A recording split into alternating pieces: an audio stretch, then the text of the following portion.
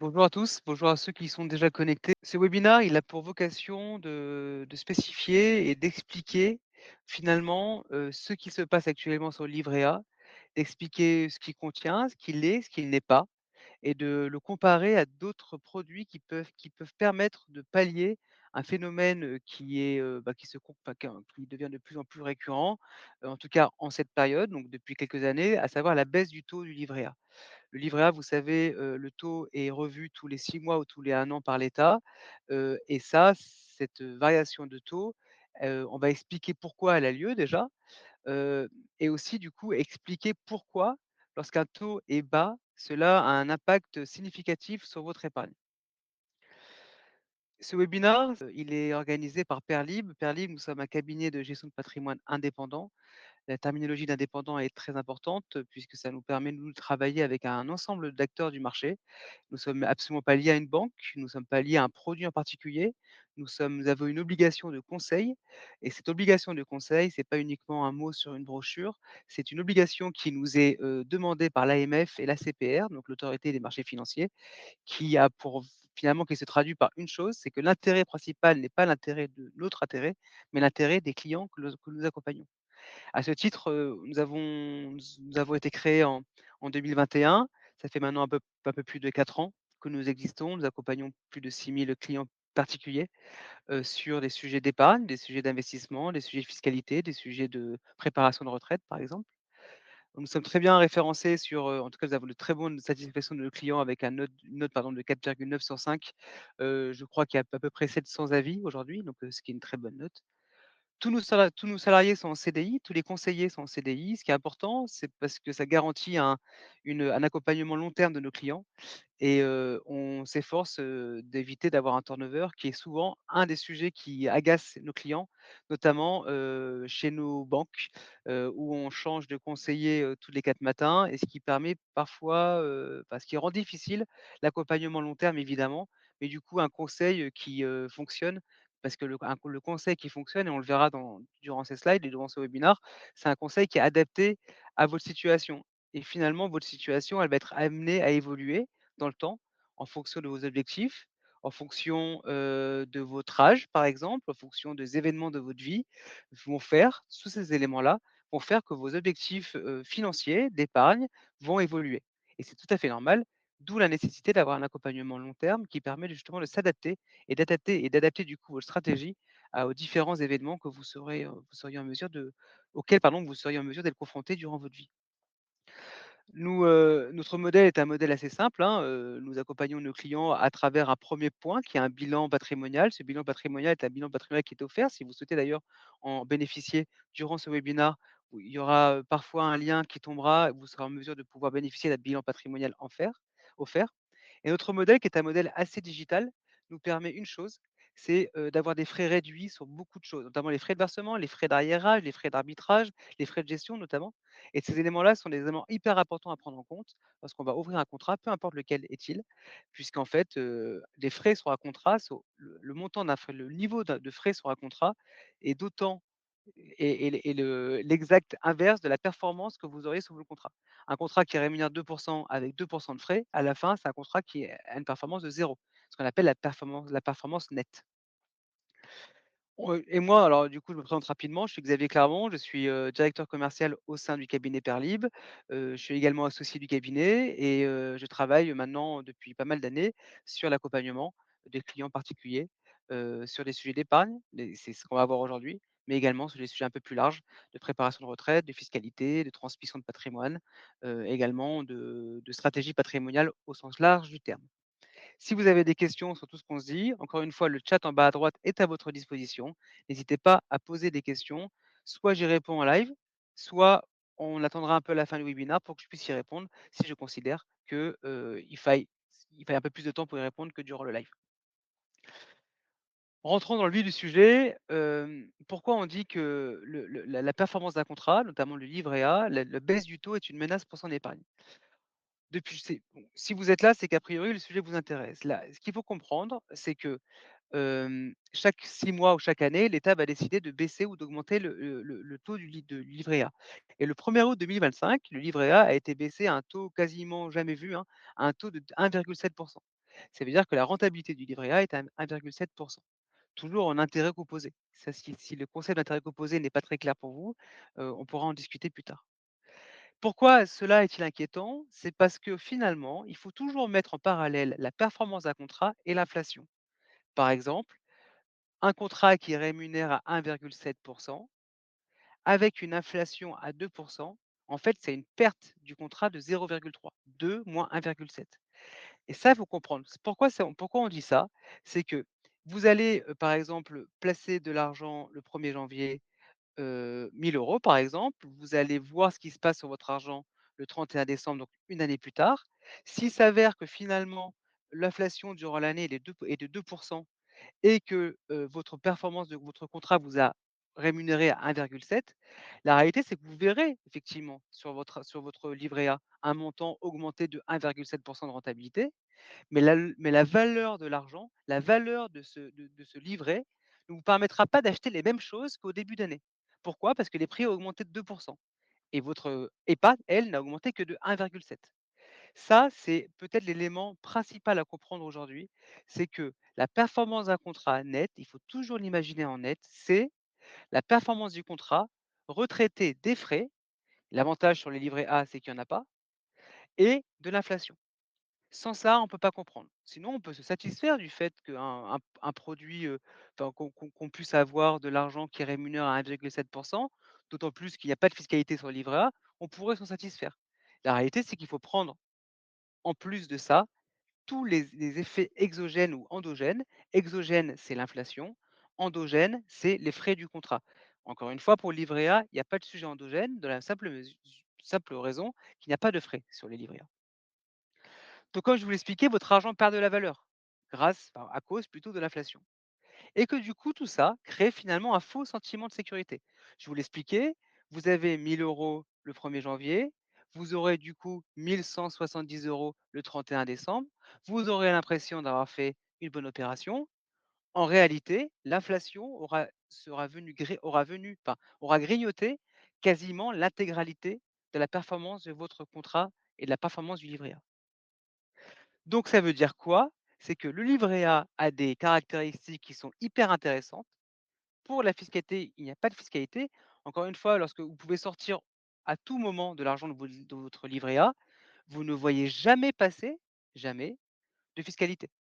Vous n'avez pas de frais lorsque vous allez prendre 1 000 € sur votre livret A, 2 000 €, jamais. Ça, c'est la grande puissance du livret A. Mais c'est la seule puissance du livret A, en réalité. C'est la fiscalité qui n'existe pas. Donc finalement, il faut prendre dans le livret A l'intérêt qu'il a, à savoir l'extrême disponibilité de son argent non dis qui reste du coup disponible et non fiscalisé pardon, mais s'arrêter à ça. Et pour ça, ce qu'il faut comprendre, c'est que finalement le livret A, c'est, effectivement un moyen d'épargne qui est de moins en moins performant, on en a parlé puisque les taux, surtout depuis maintenant la fin du covid, les taux ne font que baisser. Donc effectivement, il est de moins en moins performant. Mais la réalité, c'est que nous, on préconise toujours à nos clients d'en avoir un peu. Pourquoi on en préconise d'en avoir un peu?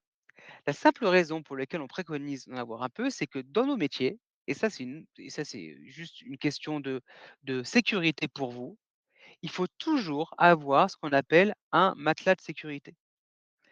Ce qu'on appelle également d'épargne de précaution si on veut. Qu'est-ce que c'est que cette épargne de précaution ou ce matelas de sécurité? C'est un montant dans lequel on va pouvoir aller piocher en fonction des aléas de la vie. Par exemple, votre chaudière, casse, il faut la remplacer, et ben, c'est dans le livret A qu'on ira chercher de l'argent pour pouvoir financer cette réparation. Vous crevez un pneu, il s'avère qu'il y a une petite dépense incongrue, votre enfant part en classe verte et c'était pas très imprévu. OK, cet argent est là pour financer ça. La réalité de nous, ce qu'on voit souvent, et ça, il faut l'avoir en tête, c'est que beaucoup de nos clients qu'on l'accompagne et durant le bilan patrimonial, on s'aperçoit de ça, c'est qu'en fait, soit cas 1, ils n'ont pas d'épargne de précaution, mais c'est pas parce qu'ils n'ont pas d'épargne de précaution qu'ils ont pas autre chose à côté, et ça, faut voir en quoi c'est parfois un peu risqué d'avoir des choses, mais pas d'épargne de précaution, et ça, on l'expliquera plus tard. Ou soit pire, c'est qu'en fait, c'est pas forcément pire d'ailleurs, hein, ils ont trop sur leur épargne de précaution.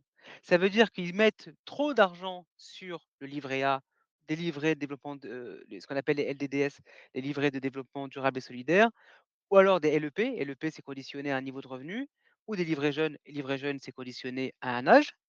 Il y a trop d'argent là-dessus et la problématique, c'est que cet argent-là ne travaille pas suffisamment bien et c'est dommage. Du coup, nous, la règle, c'est une règle qui n'est pas absolue et c'est pour ça qu'il faut jamais toujours se poser la question de: «Est-ce que c'est valable pour moi?» Mais on va dire que la grande règle, nous, on préconise toujours d'avoir 3 mois de salaire ou alors 3 mois de salaire ou 4 à 5 mois de dépenses courantes en livret A/épargne de précaution. Vous gagnez 2 000 € par mois net. Dans ce cas-là, on préconise d'avoir 6 000 € à minima et même maximum en fait sur les livrets A ou LEP ou LDDS, peu importe. En tout cas, 6 000 € qui seront non fiscalisés à la sortie, c'est-à-dire que vous pouvez aller chercher l'argent quand vous voulez dessus, mais disponibles immédiatement.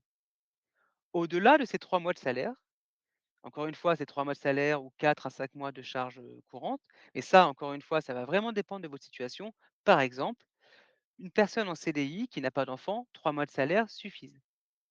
Une personne qui est en CDD, qui a 3 enfants, c'est pas la même les 3 mois de salaire peuvent ne pas suffire. Encore une fois, on est sur de la précaution. Un CDD est moins sécurisant qu'un CDI. Un indépendant est moins sécurisé qu'un CDI. À ce titre-là, il est hyper important d'une chose, c'est de toujours conditionner sa stratégie ou son montant d'épargne de précaution à sa propre situation. Si vous avez des enfants, vous savez très bien qu'il y a des dépenses, incongrues qui peuvent arriver de manière plus récurrente. Encore une fois, là, je vous parlais de la classe verte, moi, en tant que papa, c'est un vrai sujet. C'est pour le coup, c'est des vraies dépenses. On a pas oublié ou parfois il s'avère qu'il y a un voyage à Rome qui était pas prévu, bon, bah, ça change un petit peu la donne sur le mois en cours. Et ben, en fait, cette épargne de précaution, elle sert à ça.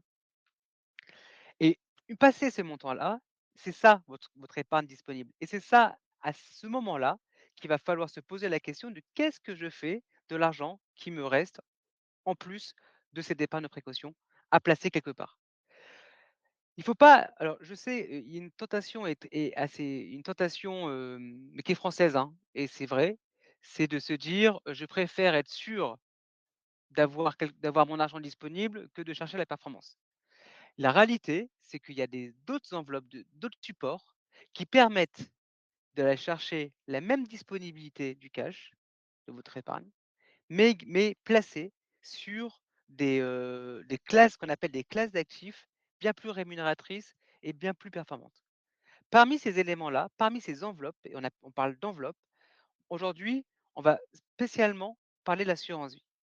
Donc je vous le disais, le livret A, aujourd'hui, c'est des rendements en baisse et c'est pas appelé à s'arrêter au vu de ce qui se passe actuellement. Des versements plafonnés, je vous rappelle que vous êtes limité à 22 000 € à 22 950 € sur un livret A. Vous êtes en cas de transmission, ça c'est des cas un peu plus complexes, mais hem, si, vous devez transmettre, parce qu'il y a un pépin dans votre vie, il y a une succession qui arrive, ben, vous serez fiscalisé sur, le livret A comme n'importe quel revenu, comme n'importe quel, comme pardon, excusez-moi, comme n'importe quelle succession. Il y a pas d'avantage fiscal de la succession sur le livret A. Et puis, il y a un potentiel de performance limité. Pourquoi? Parce que le livret A, il contient au sein de lui pas beaucoup d'options et on vous expliquera ce que c'est finalement le livret A, qu'est-ce qu'il y a dedans exactement? Et face à ça, finalement, il y a un produit qui, je pense, vous en avez toutes souvent entendu parler, qui s'appelle l'assurance vie. L'assurance vie, attention, souvent j'entends, des personnes qui me disent: «L'assurance vie, c'est, quand on meurt». Non, l'assurance vie, ce n'est pas l'assurance décès. Et ça, c'est important de l'avoir en tête, ça n'a rien à voir. L'assurance vie, c'est une enveloppe. Une enveloppe, ça veut dire quoi? C'est que c'est un véhicule. C'est un véhicule dans lequel on va choisir de mettre un volume de versement, de l'argent, sur plein de choses différentes. Et on va regarder ces plein de choses différentes parce que toutes ces choses qu'on appelle les unités de compte, des classes d'actifs, vont avoir des intérêts différents. L'assurance vie, principalement, elle a comme élément principal de différenciation positif la sécurité du capital. En fait, il y a des classes d'actifs de l'assurance vie dans lequel on va pouvoir s'assurer d'avoir une garantie du capital. C'est ce qu'on appelle le fonds euro. On regardera ça plus tard. La disponibilité de l'épargne. Vous êtes Il y a la même disponibilité que le livret A. Le délai est un peu plus long. Et là, d'ailleurs, on ne dit pas retirer de l'argent sur une assurance vie, on dit racheter partiellement ou totalement son assurance vie. À ce titre-là, vous allez pouvoir retirer ou du coup racheter votre argent quand vous le souhaitez. La seule différence, c'est qu'il y a une fiscalité qui est applicable uniquement sur les plus-values que vous aurez réalisées. La souplesse des versements, c'est-à-dire que vous pouvez très bien décider de mettre des versements de temps en temps ponctuels. Si par exemple, vous avez une prime exceptionnelle de 1 000 €, bah, vous allez pouvoir la mettre dessus. Ou alors vous souhaitez plutôt être en versement régulier, ce qu'on appelle programmé.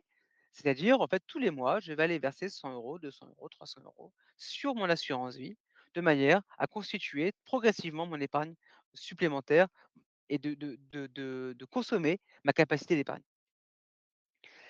La grosse maintenant les 3 points de droite qui sont hyper importants parce qu'en fait, c'est ça qui fait finalement la subtilité de l'assurance vie par rapport à un livret A. C'est qu'en fait, au sein de l'assurance vie, je vous ai expliqué, c'était une enveloppe, c'est un véhicule, on va pouvoir y mettre beaucoup de classes d'actifs. On va pouvoir y mettre pardon du fonds euro, c'est ce que je vous expliquais, c'est du fonds qui a capital garanti, mais également des unités de compte. Et là, d'ailleurs, on va se rapprocher de ce qu'on appelle le PEA, c'est le plan d'épargne action. C'est-à-dire qu'en fait, on va pouvoir aller s'exposer sur les marchés à plus ou moins risque élevé. Et en fait, qu'est-ce qui va déterminer le risque qu'on va prendre dans son assurance vie? Soit on se dit: «Moi, je sais que j'ai besoin de cet argent tout de suite au cas où». Dans ce cas-là, bah, je mets tout en fonds euros et mon capital est garanti. Soit je dis: «Mais en fait, moi, j'ai pas besoin. Je sais que j'aurai pas besoin de cet argent-là dans les 3, 4, 5 prochaines années, parce que j'ai mon épargne de précaution sur mon livret A, mais je souhaite que mon assurance vie me permette d'aller chercher des projets futurs». Et dans ce cas-là, ça veut dire qu'on a un horizon de placement un peu plus lointain que uniquement tout de suite, parce que c'est pas là-dedans forcément que vous allez vous dire que vous allez chercher de l'argent pour financer la fameuse classe verte de votre enfant. Mais c'est plutôt de vous dire: «Ben, j'ai mon épargne de précaution qui est constituée, je vais pas en mettre plus là-dessus que ce dont j'ai besoin», parce qu'encore une fois, les 3 mois nous paraissent être une règle propre, une règle qui paraît saine. Mais je vais pouvoir aller un peu m'exposer sur les marchés, un peu, beaucoup ou j'allais dire passionnément, si on veut. Et qu'est-ce qui va faire la différence entre les 2? C'est la part du fonds garanti, ce qu'on appelle le fonds euro dedans et la part de l'argent que je vais mettre sur des unités de compte, ce qu'on appelle du coup des actions. Et c'est la répartition de l'un et de l'autre qui va vous faire dire, c'est que plus vous allez mettre du fonds euro, plus ça veut dire que finalement, je veux être sûr que dès que je vais aller chercher mon argent dans un horizon de court terme, je n'aurai pas d'impact de ma fiscalité. Je n'aurai pas d'impact de performance parce que finalement, j'ai que le fonds garanti. Mais si je sais que j'ai 10 ans durant lesquels je vais pas avoir besoin de mon argent, dans ce cas-là, je vais pouvoir mettre de l'action parce qu'en fait, les marchés gagnent toujours. C'est une règle principale dans l'investissement. Les marchés gagnent toujours. Ils gagnent pas ils gagnent pas d'heure en heure, mais sur une échéance de temps de 5 à 7 ans, ils gagnent toujours. Donc ça veut dire qu'on va pouvoir s'exposer sur les marchés, ne pas avoir peur des fluctuations du marché, parce qu'on sait qu'entre le point A, l'année 0 et le point B qui sera l'année 5 par exemple, le marché aura gagné. Et c'est pour ça qu'en fait, il y a, cet arbitrage à réaliser entre le fonds euro, capital garanti et les unités de compte qui sont finalement des actions, en fait. Ce qui est important également, c'est dans le cas d'une succession ou d'une transmission, il y a des gros abattements fiscaux. Ce qu'on appelle en fait vous êtes une assurance vie, il y a forcément en face un bénéficiaire. Ça peut être vous-même, ça peut être vos enfants, ça peut être votre mari, ça peut être un ami, peu importe, il y a pas forcément à avoir de lien de parenté entre le bénéficiaire et vous-même. Ça veut dire que si jamais il s'avérait que vous décédiez, hem et ben, il y a la personne que vous avez nommée comme bénéficiaire n'aura aucune fiscalité durant la transmission passée, enfin sous un certain seuil. Seuil qui est élevé, hein, parce il est à 150 un peu plus de 152 000 €. Et ça, c'est vraiment fait partie aussi de la grande magie, de l'assurance vie qui est un outil formidable. Nous, on l'appelle souvent le couteau suisse de l'investissement parce qu'on peut y mettre beaucoup de choses et que fiscalement, il est extrêmement intéressant. Donc finalement, l'assurance vie, c'est une solution d'épargne à court, moyen, long terme, ça on l'a vu, dans lequel on va pouvoir mettre du fonds euro garanti, c'est ce que je vous expliquais tout à l'heure, ou des unités de compte. Unité de compte, très grossièrement, c'est des actions c'est un gros groupement d'actions qui sont gérées par des gérants de fonds et leur boulot, c'est de faire quelque chose d'équilibré. Elle permet de faire fructifier son épargne tout en gardant une main rapide dessus et de ne pas s'exposer à attendre. Il est pas bleu Contrairement au PER, si vous l'avez déjà entendu parler de ce que c'était que le PER, l'argent est bloqué jusqu'à la retraite. L'assurance vie, c'est absolument pas le cas. En revanche, il permet du coup, dans ces logiques de long terme, par exemple, de préparer dès maintenant votre retraite. il permet de financer vos projets. Et si vous avez comme, par exemple, comme volonté d'acheter, un appartement dans 5 ans, il y a aucun intérêt à constituer votre apport sur un livret A. Il faut plutôt se dire: «Je vais ouvrir une assurance vie», faire en sorte de faire des versements sur mon assurance vie sur quelque chose pas trop exposé en actions, de manière à éviter d'avoir, trop enfin, un risque de sous-performance, mais suffisamment dosé, de manière à se dire: «Bah, dans 5 ans, j'aurai mon apport constitué, en plus dopé par les intérêts que j'aurais eus». Et évidemment, c'est un outil qui permet d'optimiser sa fiscalité. Comme on l'a vu, on y reviendra en détail. Le but, c'est pas forcément de vous accabler de définitions, mais juste que vous compreniez que l'enveloppe de l'assurance vie est avant tout une enveloppe fiscale extrêmement intéressante. Donc comment fonctionne l'assurance vie? On a vu, il y a 2 types de supports, le fonds en euros. Les fonds en euros, je vous l'ai dit, c'est du capital qui est investi dans les obligations d'État, ou d'entreprise. Ce qu'il faut bien comprendre une chose, c'est que ça garantit votre capital à 100. Quoi qu'il arrive, vous retrouvez votre capital. Les unités de compte, c'est un capital qui est investi sur les marchés financiers, ce sont des actions. Donc en contrepartie d'un rendement, vous aurez en contrepartie de cet investissement un rendement et le risque, c'est que vos rendements, votre capital et votre plus-value ne sont pas garantis. C'est le principe des actions. En revanche, plus l'horizon de placement sera long, moins vous aurez de risque de perte de capital sur l'unité de compte. Aujourd'hui, si on va comparer le livret A et l'assurance vie, on va plutôt comparer le livret A et l'assurance vie en type de support fonds euro. Parce qu'aujourd'hui, la thématique, c'est comment essayer d'imaginer un modèle similaire à l'assurance vie, au livret A, qui passerait par l'assurance vie avec à peu près les mêmes caractéristiques. Les versements, on en a parlé, il y a des versements libres et des versements programmés, des versements one shot ou des versements tous les mois si vous le souhaitez. Et puis finalement, ce que je vous expliquais, il y a 3 profils de risque sous l'assurance vie. Le profil prudent, le profil équilibré et le profil dynamique. Vous voyez, vous souvenez, je vous ai dit que qu'est-ce qui est important? C'est l'arbitrage entre les fonds euros slash capital garanti et les unités de compte slash capital non garanti, soumis au marché. Et ben, en prudent, il y aura plus de fonds euros que d'unités de compte. En équilibré, il y aura à peu près autant de fonds euros que d'unités de compte. Et en dynamique, il y aura plus d'unités de compte que de fonds euros. C'est uniquement ça qu'il faut comprendre. Dans notre sujet aujourd'hui, il est évident qu'on ira plutôt sur un profil de risque prudent. Vous, investisseur, vous allez prioriser la préservation de votre capital et parce que vous cherchez une solution alternative au livret A, vous n'allez pas tolérer un rendement élevé en échange d'un risque élevé. Vous allez tolérer un rendement faible en échange d'un risque quasi nul. Il est quasi nul pour les questions contractuelles, on peut pas dire qu'elle est nulle parce qu'en fait, moi, je ne sais pas si la Banque de France, dans 3 jours, elle met la clé sous la porte. J'y crois pas trop, hein, évidemment pas. Mais en fait, dans l'investissement, le risque nul n'existe pas. En revanche, l'investissement en fonds euros est évidemment, n'a jamais eu de surprise là-dessus. Ce qu'il faut bien comprendre, c'est qu'on n'est jamais à l'abri, d'un cataclysme économique, mais ça n'est jamais arrivé. Donc moi, pour les questions de sémantique et voilà, pour vous dire la vérité de ce qui existe pour de vrai, c'est un risque quasi nul. S'il y a pas de questions, j'avance. Ça, c'est important d'avoir cette notion de profil de risque. Encore une fois, donc pour résumer, l'assurance vie en fonds euros et profil prudent est clairement ou unité de compte ça peut aussi marcher, hein, en profil prudent et une alternative hyper intéressante du livret A. Encore une fois encore une fois, dès lors que l'épargne de précaution sur le livret A ou le LEP ou le LDDS a été réalisé. Je vous parlais des fiscalités, avantageuses de l'assurance vie. Ce qu'il faut comprendre, c'est que finalement, vous allez pouvoir, quand vous le souhaitez, retirer votre argent, de votre assurance vie. C'est ce qu'on appelle un rachat et c'est au moment du rachat que vous êtes fiscalisé. Donc la grande nuance de l'assurance vie, c'est que passé 8 ans, vous aurez des abattements sur les plus-values. C'est-à-dire qu'en fait, imaginons que vous avez un contrat à 1000, au bout de 8 ans, votre contrat, en fait, il a bien marché, il est à 2000, vous aurez une fiscalité uniquement sur les 1000 de plus-value. Eh ben, à partir de la huitième année, vous avez un abattement sur cette plus-value, donc sur les mules en question, vous aurez un abattement pour un célibataire de 4 600 €. Ça veut dire que vous ne payerez pas de fiscalité sur la plus-value avec mon exemple à 1 000 € et pour un marié ou pacsé, c'est 9 200 € et au-delà des 4 600 € ou des 9 200, c'est, une imposition à 24,7 de la plus-value restante. Dans mon exemple à 1 000 €, vous n'auriez aucune fiscalité si vous étiez célibataire et même d'ailleurs marié ou pacsé, ça ne change rien. Ça, c'est important donc souvent, on entend dire que l'argent est bloqué pendant 8 ans sur une assurance vie. C'est faux, c'est faux. L'argent n'est jamais bloqué. En revanche, la fiscalité de rachat devient extrêmement avantageuse au bout de 8 ans. Ça, c'est vrai.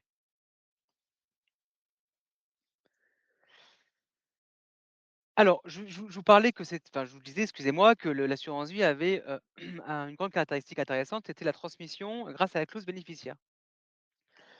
Alors, on va pas rentrer trop dans les détails, mais principalement, ce qu'il faut comprendre, c'est que tout versement que vous avez réalisé avant vos 70 ans sont, vont permettre à chaque bénéficiaire que vous avez désigné, imaginons que vous ayez une assurance vie sur laquelle vous avez 100 000 € dessus, de ne pas payer de fiscalité au moment de la transmission. Pourquoi? Les 100 000 € sont en dessous du cap des 152 500 €, qui est le premier palier. Au-delà de 152 500 €, il y a une imposition, encore une fois, uniquement sur la plus-value. Excusez-moi, pardon. Pour la transmission, c'est pas uniquement sur la plus-value, pardon, c'est sur le montant au moment de la transmission. Donc imaginez si vous aviez 20 000 € sur un livret A, vous allez transmettre, à votre un héritier au moment de votre décès. Bah, dans ce cas-là, lui, il aurait 20 000 € à payer, sur une base normale de succession. Si vous avez 20 000 € sur une assurance vie, votre, héritier, bénéficiaire, ne payerait 0 € de transmission. Pour après 70 ans, c'est un mécanisme un peu différent, le temps passe, on ne va pas rentrer dedans, mais sachez que, hem il est important, si vous avez un âge, qui commence à être un petit peu avancé, que vous arrivez vers les 50-60 ans, de se poser la question d'ouvrir une assurance vie rapidement parce que, s'il s'avère qu'au moment de la transmission, l'État voit qu'il y a eu des versements sur votre assurance vie qui ne sont pas, totalement en accord avec votre niveau de vie. Par exemple, vous avez plein de choses de par ailleurs, vous allez faire un énorme versement de 100 000 € sur votre assurance vie la veille de vos 70 ans et qu'il s'avère que finalement, le lendemain, vous mouriez, bah, en fait, le législateur peut dire: «Attendez, moi l'assurance vie, elle a permis qu'une chose, elle a permis, d'être un véhicule pour une optimisation fiscale de transmission et ça, vous pouvez vous faire redresser».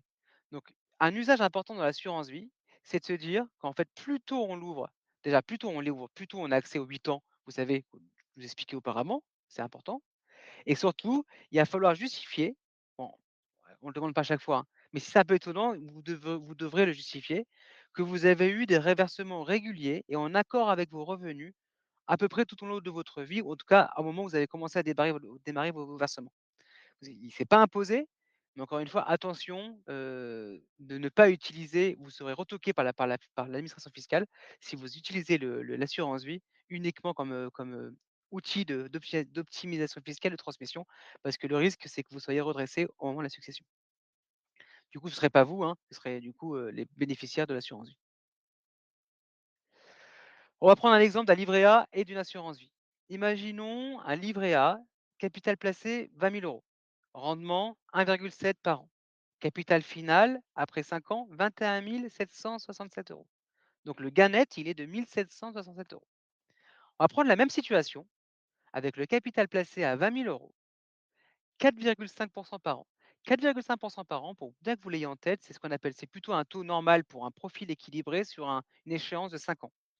Vous auriez 24 924 €, soit un gain net de 4 924. Vous voyez la différence, hein, elle est abyssale. Évidemment, là, on n'a pas mis d'érosion de l'inflation, parce que la réalité, c'est qu'on peut quasiment considérer que sur la partie A, sur le livret A, pardon, le premier cas, bah, si on met de l'inflation à 2 par an, bah, en fait, le gain net, le vrai gain net, il serait négatif. Là où, avec une inflation à 2, le vrai gain net de l'assurance vie, il serait lui positif. Ça, c'est important d'avoir toujours en tête que, vos gains ou votre rentabilité d'un contrat, vous allez voir chez votre banquier, vous allez voir n'importe où, souvent, ils parlent de rendement brut. Posez toujours la question, c'est quel est le rendement net? Rendement net, encore une fois, je vous le dis, c'est rendement brut, c'est-à-dire la performance de vos contrats, moins tous les frais. Et je peux vous assurer que si vous avez déjà aujourd'hui une assurance vie ou un PER au sein d'un établissement bancaire, il y a beaucoup de frais cachés.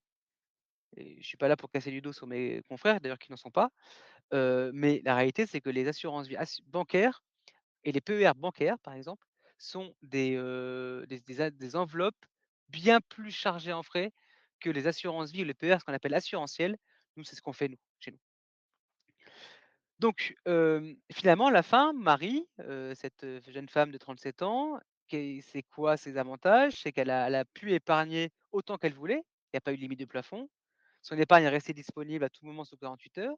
Elle a eu la possibilité de désigner de désigner, excusez-moi, librement les bénéficiaires en cas de décès et en plus, elle pourra bénéficier au bout de 8 ans d'avantages fiscaux sur les plus-values lorsqu'elle décidera de sortir son assurance vie ou de la racheter.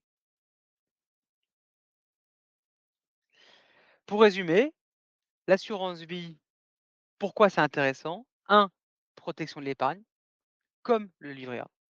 2, fisco pardon, 2, diversification et performance, ce qui n'existe pas au livret A. On va pouvoir y mettre un paquet d'actifs, plus ou moins exposés et du coup plus ou moins, un peu agressifs sur les marchés pour aller chercher la performance.